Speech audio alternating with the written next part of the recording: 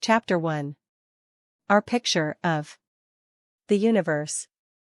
A well-known scientist, some say it was Bertrand Russell, once gave a public lecture on astronomy. He described how the Earth orbits around the Sun and how the Sun, in turn, orbits around the center of a vast collection of stars called our galaxy. At the end of the lecture, a little old lady at the back of the room got up and said, "What you have told us is rubbish. The world is really a flat plate supported on the back of a giant tortoise." The scientist gave a superior smile before replying, "What is the tortoise standing on?" "You're very clever, young man, very clever," said the old lady. "But it's turtles all the way down." Most people would find the picture of our universe as an infinite tower of tortoises rather ridiculous, but why do we think we know better? What do we know about the universe, and how do we know it? Where did the universe come from, and where is it going? Did the universe have a beginning, and if so, what happened before then? What is the nature of time? Will it ever come to an end? Can we go back in time? Recent breakthroughs in physics, made possible in part by fantastic new technologies, suggest answers to some of these long-standing questions. Someday these answers may seem as obvious to us as the Earth orbiting the Sun, or perhaps as ridiculous as a tower of tortoises. Only time, whatever that may be, will tell. As long ago as 340 BC, the Greek philosopher Aristotle, in his book On the Heavens, was able to put forward two good arguments for believing that the Earth was a round sphere rather than a flat plate. First, he realized that eclipses of the moon were caused by the Earth coming between the Sun and the moon. The Earth's shadow on the moon was always round, which would be true only if the Earth was spherical. If the Earth had been a flat disk, the shadow would have been elongated and elliptical, unless the eclipse always occurred at a time when the Sun was directly under the center of the disk. Second, the Greeks knew from their travels that the North Star appeared lower in the sky when viewed in the south than it did in more northerly regions. Since the North Star lies over the North Pole, it appears to be directly above an observer at the North Pole, but to someone looking from the equator, it appears to lie just at the horizon. From the difference in the apparent position of the North Star in Egypt and Greece, Aristotle even quoted an estimate that the distance around the Earth was 400,000 stadia. It is not known exactly what length a stadium was, but it may have been about 200 yards, which would make Aristotle's estimate about twice the currently accepted figure. The Greeks even had a third argument that the Earth must be round, for why else does one first see the sails of a ship coming over the horizon, and only later see the hull? Aristotle thought the Earth was stationary and that the Sun, the Moon, the planets, and the stars moved in circular orbits about the Earth. He believed this because he felt, for mystical reasons, that the Earth was the center of the universe, and that circular motion was the most perfect. This idea was elaborated by Ptolemy in the 2nd century AD, into a complete cosmological model. The Earth stood at the center, surrounded by 8 spheres that carried the Moon, the Sun, the stars, and the 5 planets known at the time: Mercury, Venus, Mars, Jupiter, and Saturn. Fig. 1.1. The planets themselves moved on smaller circles attached to their respective spheres in order to account for their rather complicated observed paths in the sky. The outermost sphere carried the so-called fixed stars, which always stay in the same positions relative to each other but which rotate together across the sky. What lay beyond the last sphere was never made very clear, but it certainly was not part of mankind's observable universe. Ptolemy's model provided a reasonably accurate system for predicting the positions of heavenly bodies in the sky. But in order to predict these positions correctly, Ptolemy had to make an assumption that the moon followed a path that sometimes brought it twice as close to the Earth as at other times. And that meant that the moon ought sometimes to appear twice as big as at other times. Ptolemy recognized this flaw, but nevertheless his model was generally, although not universally, accepted. It was adopted by the Christian Church as the picture of the universe that was in accordance with Scripture, for it had the great advantage that it left lots of room outside the sphere of fixed stars for heaven and hell. A simpler model, however, was proposed in 1514 by a Polish priest, Nicholas Copernicus. At first, perhaps for fear of being branded a heretic by his church, Copernicus circulated his model anonymously. His idea was that the sun was stationary at the center and that the Earth and the planets moved in circular orbits around the sun. Nearly a century passed before this idea was taken seriously. Then two astronomers, the German Johannes Kepler and the Italian Galileo Galilei, started publicly to support the Copernican theory, despite the fact that the orbits it predicted did not quite match the ones observed. The death blow to the Aristotelian/Ptolemaic theory came in 1609. In that year, Galileo started observing the night sky with a telescope, which had just been invented. When he looked at the planet Jupiter, Galileo found that it was accompanied by several small satellites or moons that orbited around it. This implied that everything did not have to orbit directly around the Earth, as Aristotle and Ptolemy had thought. It was, of course, still possible to believe that the Earth was stationary at the center of the universe and that the moons of Jupiter moved on extremely complicated paths around the Earth, giving the appearance that they orbited Jupiter. However, Copernicus's theory was much simpler. At the same time, Johannes Kepler had modified Copernicus's theory, suggesting that the planets moved not in circles but in ellipses. An ellipse is an elongated circle. The predictions now finally matched the observations.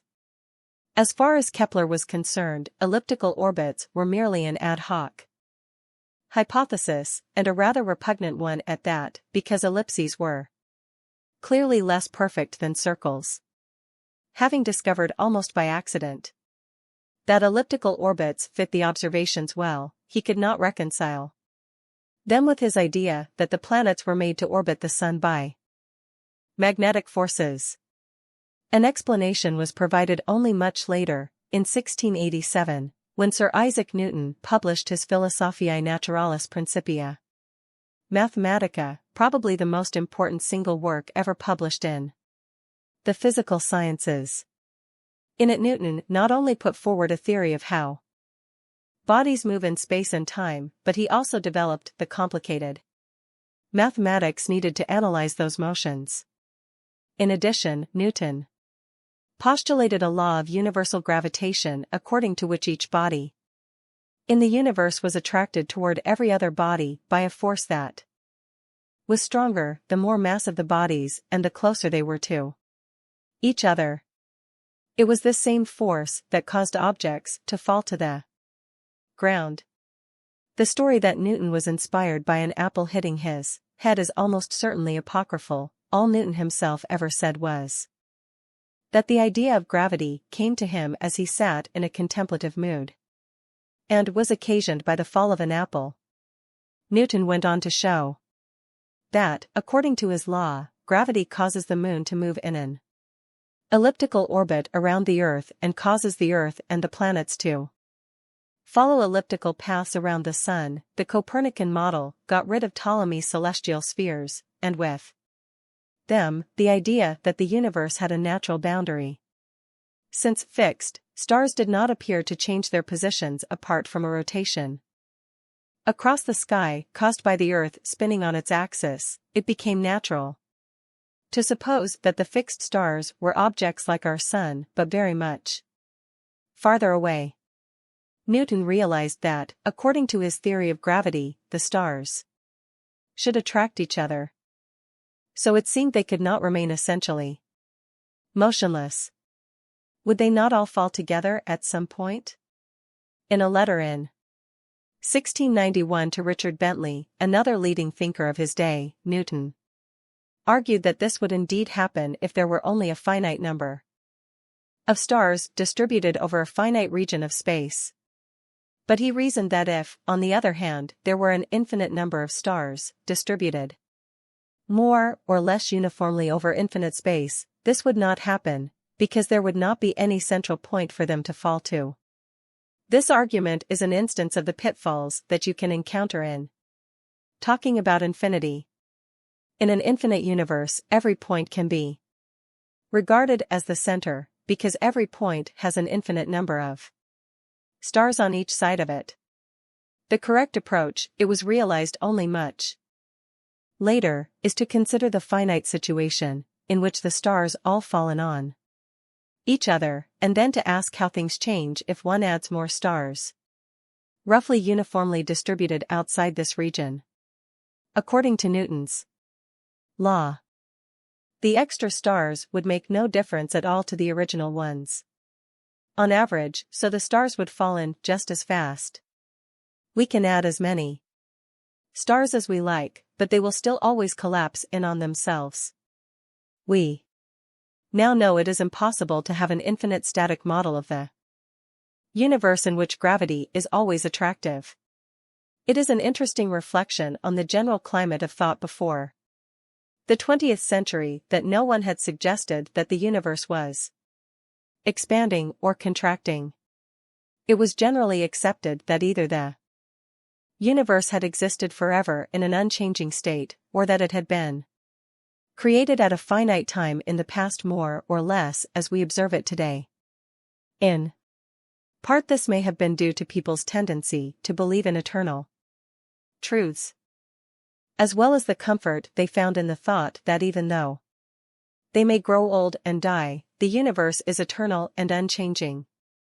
Even those who realized that Newton's theory of gravity showed that the universe could not be static did not think to suggest that it might be expanding. Instead, they attempted to modify the theory by making the gravitational force repulsive at very large distances. This did not significantly affect their predictions of the motions of the planets, but it allowed an infinite distribution of stars to remain in equilibrium, with the attractive forces between nearby stars balanced by the repulsive forces from those that were farther away. However, we now believe such an equilibrium would be unstable. If the stars in some region got only slightly nearer each other, the attractive forces between them would become stronger and dominate over the repulsive forces, so that the stars would continue to fall toward each other. On the other hand, if the stars got a bit farther away from each other, the repulsive forces would dominate and drive them farther apart. Another objection to an infinite static universe is normally ascribed to the German philosopher Heinrich Olbers, who wrote about this theory in 1823. In fact, various contemporaries of Newton had raised the problem, and the Olbers article was not even the first to contain plausible arguments against it. It was, however, the first to be widely noted. The difficulty is that in an infinite static universe, nearly every line of sight would end on the surface of a star. Thus one would expect that the whole sky would be as bright as the sun even at night. Olbers's counterargument was that the light from distant stars would be dimmed by absorption by intervening matter. However, if that happened, the intervening matter would eventually heat up until it glowed as brightly as the stars. The only way of avoiding the conclusion that the whole of the night sky should be as bright as the surface of the sun would be to assume that the stars had not been shining forever but had turned on at some finite time in the past. In that case, the absorbing matter might not have heated up yet, or the light from distant stars might not yet have reached us. And that brings us to the question of what could have caused the stars to have turned on in the first place. The beginning of the universe had, of course, been discussed long before this. According to a number of early cosmologies and the Jewish/Christian/Muslim tradition, the universe started at a finite, and not very distant, time in the past. One argument for such a beginning was the feeling that it was necessary to have first cause to explain the existence of the universe. Within the universe, you always explained one event as being caused by some earlier event, but the existence of the universe itself could be explained in this way only if it had some beginning. Another argument was put forward by St. Augustine in his book The City of God. He pointed out that civilization is progressing and we remember who performed this deed or developed that technique. Thus man, and so also perhaps the universe, could not have been around all that long. St. Augustine accepted a date of about 5000 BC for the creation of the universe according to the book of Genesis. It is interesting that this is not so far from the end of the last ice age, about 10,000 BC, which is when archaeologists tell us that civilization really began. Aristotle and most of the other Greek philosophers, on the other hand, did not like the idea of a creation because it smacked too much of divine intervention. They believed, therefore, that the human race and the world around it had existed, and would exist, forever. The ancients had already considered the argument about progress described above, and answered it by saying that there had been periodic floods or other disasters that repeatedly set the human race right back to the beginning of civilization. The questions of whether the universe had a beginning in time and whether it is limited in space were later extensively examined by the philosopher Immanuel Kant in his monumental, and very obscure, work, Critique of Pure Reason, published in 1781. He called these questions antinomies, that is, contradictions, of pure reason, because he felt that there were equally compelling arguments for believing the thesis that the universe had a beginning, and the antithesis that it had existed forever. His argument for the thesis was that if the universe did not have a beginning, there would be an infinite period of time before any event, which he considered absurd. The argument for the antithesis was that if the universe had a beginning, there would be an infinite period of time before it, so why should the universe begin at any one particular time? In fact, his cases for both the thesis and the antithesis are really the same argument. They are both based on his unspoken assumption that time continues back forever, whether or not the universe had existed forever. As we shall see, the concept of time has no meaning before the beginning of the universe. This was first pointed out by St. Augustine. When asked, what did God do before he created the universe? Augustine didn't reply. He was preparing hell for people who asked such questions. Instead, he said that time was a property of the universe that God created, and that time did not exist before the beginning of the universe. When most people believed in an essentially static and unchanging universe, the question of whether or not it had a beginning was really one of metaphysics or theology. One could account for what was observed equally well on the theory that the universe had existed forever, or on the theory that it was set in motion at some finite time in such a manner as to look as though it had existed forever. But in 1929, Edwin Hubble made the landmark observation that wherever you look, distant galaxies are moving rapidly away from us.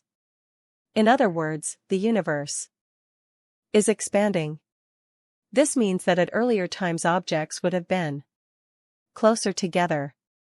In fact, it seemed that there was a time about 10 or 20,000 million years ago when they were all at exactly the same place and when, therefore, the density of the universe was infinite.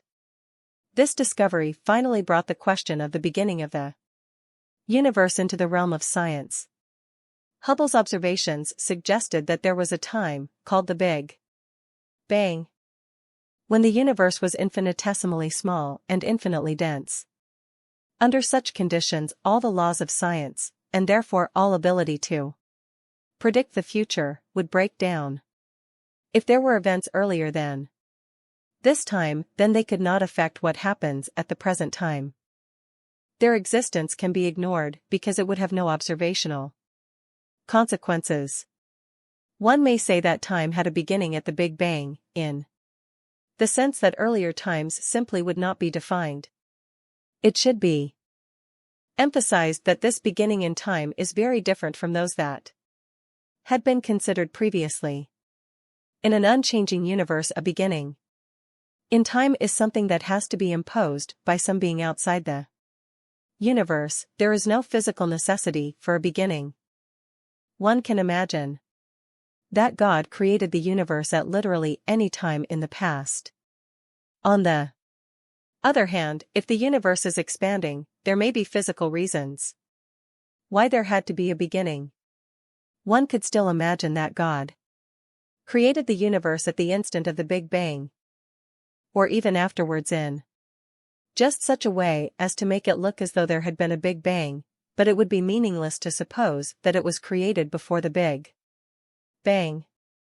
An expanding universe does not preclude a creator, but it does place limits on when he might have carried out his job. In order to talk about the nature of the universe and to discuss questions such as whether it has a beginning or an end, you have to be clear about what a scientific theory is. I shall take the simple-minded view that a theory is just a model of the universe, or a restricted part of it, and a set of rules that relate quantities in the model to observations that we make.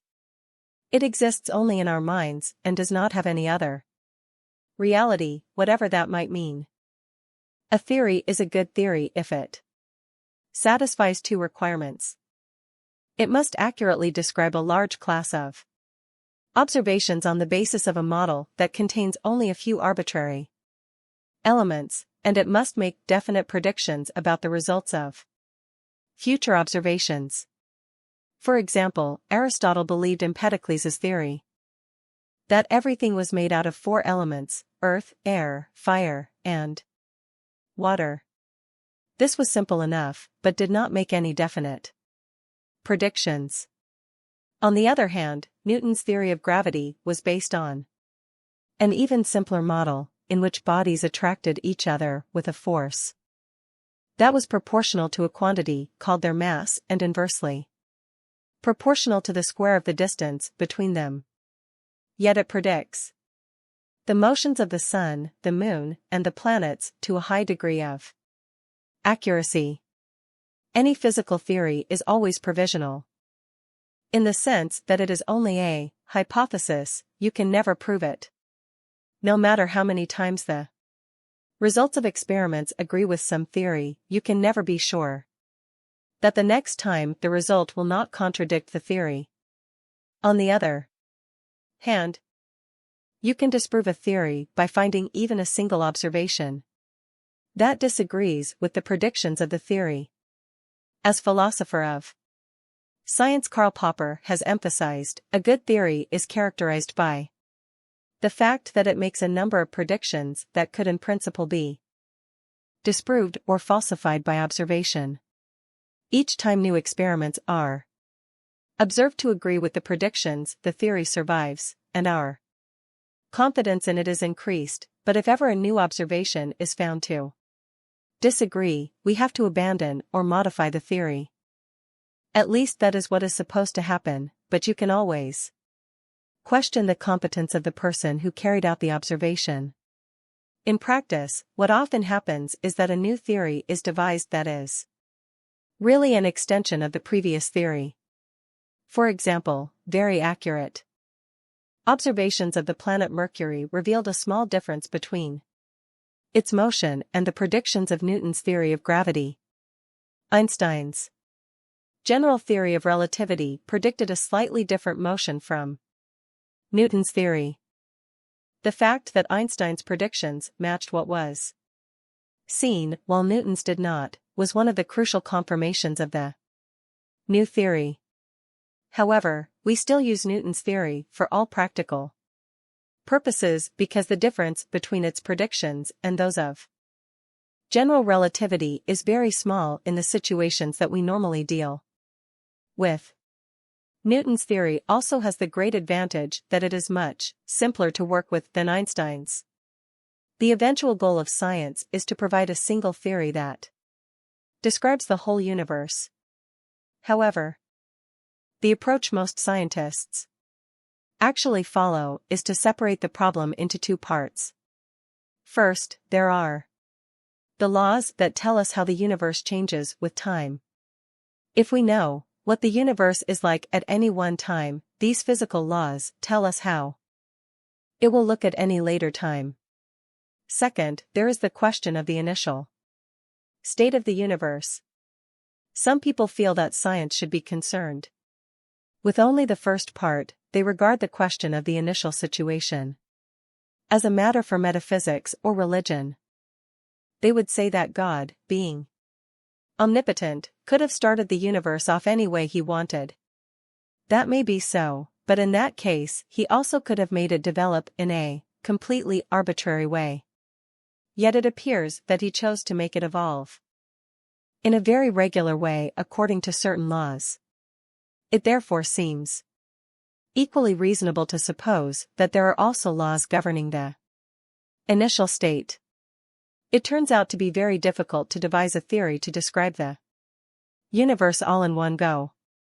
Instead, we break the problem up into bits and invent a number of partial theories. Each of these partial theories describes and predicts a certain limited class of observations, neglecting the effects of other quantities, or representing them by simple sets of numbers. It may be that this approach is completely wrong. If everything in the universe depends on everything else in a fundamental way, it might be impossible to get close to a full solution by investigating parts of the problem in isolation. Nevertheless, it is certainly the way that we have made progress in the past. The classic example again is the Newtonian theory of gravity, which tells us that the gravitational force between two bodies depends only on one number associated with each body, its mass, but is otherwise independent of what the bodies are made of. Thus one does not need to have a theory of the structure and constitution of the Sun and the planets in order to calculate their orbits. Today scientists describe the universe in terms of two basic partial theories, the general theory of relativity and quantum mechanics. They are the great intellectual achievements of the first half of this century. The general theory of relativity describes the force of gravity and the large-scale structure of the universe, that is, the structure on scales from only a few miles to as large as a million, one with 24 zeros after it, miles, the size of the observable universe. Quantum mechanics, on the other hand, deals with phenomena on extremely small scales, such as a millionth of an inch. Unfortunately, however, these two theories are known to be inconsistent with each other. They cannot both be correct. One of the major endeavors in physics today, and the major theme of this book, is the search for a new theory that will incorporate them both, a quantum theory of gravity. We do not yet have such a theory, and we may still be a long way from having one, but we do already know many of the properties that it must have. And we shall see, in later chapters, that we already know a fair amount about the predictions a quantum theory of gravity must make. Now, if you believe that the universe is not arbitrary, but is governed by definite laws, you ultimately have to combine the partial theories into a complete unified theory that will describe everything in the universe. But there is a fundamental paradox in the search for such a complete, unified theory. The ideas about scientific theories outlined above assume we are rational beings who are free to observe the universe as we want, and to draw logical deductions from what we see. In such a scheme, it is reasonable to suppose that we might progress ever closer toward the laws that govern our universe. Yet if there really is a complete unified theory, it would also presumably determine our actions. And so the theory itself would determine the outcome of our search for it. And why should it determine that we come to the right conclusions from the evidence? Might it not equally well determine that we draw the wrong conclusion? Or no conclusion at all? The only answer that I can give to this problem is based on Darwin's principle of natural selection. The idea is that in any population of self-reproducing organisms, there will be variations in the genetic material and upbringing that different individuals have. These differences will mean that some individuals are better able than others to draw the right conclusions about the world around them and to act accordingly. These individuals will be more likely to survive and reproduce, and so their pattern of behavior and thought will come to dominate. It has certainly been true in the past that what we call intelligence and scientific discovery have conveyed a survival advantage. It is not so clear that this is still the case. Our scientific discoveries may well destroy us all, and even if they don't, a complete unified theory may not make much difference to our chances of survival. However, provided the universe has evolved in a regular way, we might expect that the reasoning abilities that natural selection has given us would be valid also in our search for a complete unified theory, and so would not lead us to the wrong conclusions. Because the partial theories that we already have are sufficient to make accurate predictions in all but the most extreme situations, the search for the ultimate theory of the universe seems difficult to justify on practical grounds. It is worth noting, though, that similar arguments could have been used against both relativity and quantum mechanics, and these theories have given us both nuclear energy and the microelectronics revolution. The discovery of a complete unified theory, therefore, may not aid the survival of our species. It may not even affect our lifestyle. But ever since the dawn of civilization, people have not been content to see events as unconnected and inexplicable. They have craved an understanding of the underlying order in the world. Today we still yearn to know why we are here and where we came from. Humanity's deepest desire for knowledge is justification enough for our continuing quest. And our goal is nothing less than a complete description of the universe we live in.